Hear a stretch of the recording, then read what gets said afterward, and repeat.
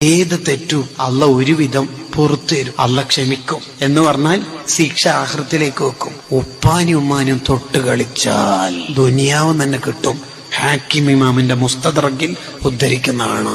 ഉമ്മയില്ലാത്ത പൊരങ്ങ് ആലോചിച്ച് നോക്കി, ഉമ്മയില്ലാത്ത വീട്. ഉമ്മാന്ന് വിളിക്കാൻ പറ്റിയ ഒരാൾ പൊരക്കുണ്ടാവൽ എത്ര വലിയ നിയമത്താണ്. ഉമ്മയില്ലെങ്കിൽ ആ പൊരയില് AC, അടിപൊളി ബാത്റൂം, കുറെ മാർബിൾ, ഗ്രാനൈറ്റ്, എന്നെ കൊണ്ടെന്താ കാര്യം? ഉമ്മാന്റെ മുഖം നോക്കിയാൽ തന്നെ സ്വർഗല്ലേ? ഉമ്മാന്റെ മുഖത്ത് നോക്കി അജുമ്രം ചെയ്ത കൂലിയല്ലേ? ആ ഉമ്മയില്ലെങ്കിൽ തീർന്നില്ലേ നമ്മളെ വീടിന് എന്ത് പ്രകാശമുള്ളത്? അവര് കുറെ കാലം നമുക്ക് വേണം. ഉപ്പന്റെ ഉമ്മന്റെ പൊരുത്തം വാങ്ങണം. ഉപ്പാക്കും ഉമ്മാക്കും 1 രൂപ കൊടുത്താല് ഇസ്ലാം പറയുന്ന കൂലി എത്രയെന്നറിയാം?